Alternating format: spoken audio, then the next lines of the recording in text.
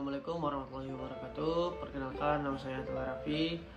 Di sini saya akan menjelaskan jenis-jenis drone berdasarkan jenisnya. Yaitu yang pertama ada drone multirotor. Drone multirotor ini biasanya dia memiliki 4-8 rotor, yaitu yang 4 itu disebut dengan quadcopter, yang 6 disebut dengan hexacopter, yang 8 disebut dengan octocopter. Kemudian kegunaannya yaitu sebagai ini untuk penggunaan fotografi dan videografi udara, misalnya dalam perikanan dan pembuatan film biasanya. Nah, dan untuk pengawasan dan pemetaan atau pengiriman barang dalam jarak pendek dan pengamatan lingkungan. Kemudian ada drone sayap tetap atau disebut dengan fixed wing, memiliki sayap tetap dan menggunakan dia itu menggunakan tenaga dorong untuk terbang, mirip dengan pesawat terbang tradisional.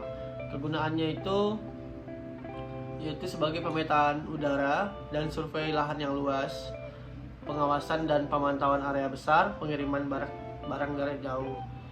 Kemudian ada yang ketiga, drone VTOL, yaitu vertical take off and landing.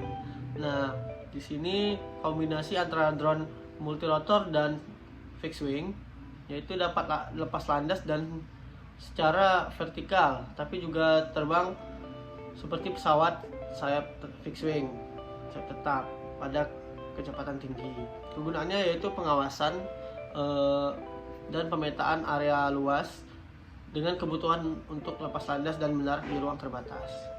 Operasi di daerah dengan infrastruktur terbatas, misalnya daerah pedesaan, perkotaan, gitu bisa.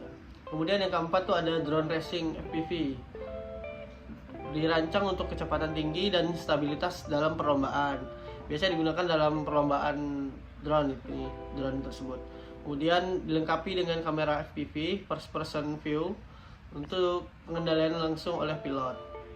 Nah, kegunaannya sebagai kompetisi balap drone, pelatihan keterampilan penerbangan cepat, dan pengembangan teknologi aerodinamika dan kontrol penerbangan.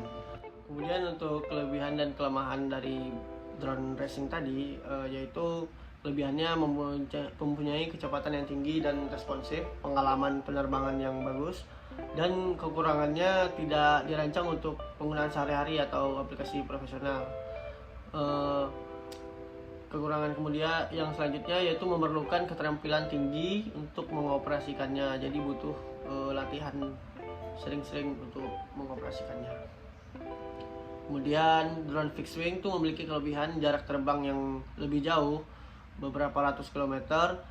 Kemudian kecepatannya tinggi dan efisiensinya energi yang baik, dan kekurangannya yaitu membutuhkan ruang lepas landas untuk lepas landas dan mendarat.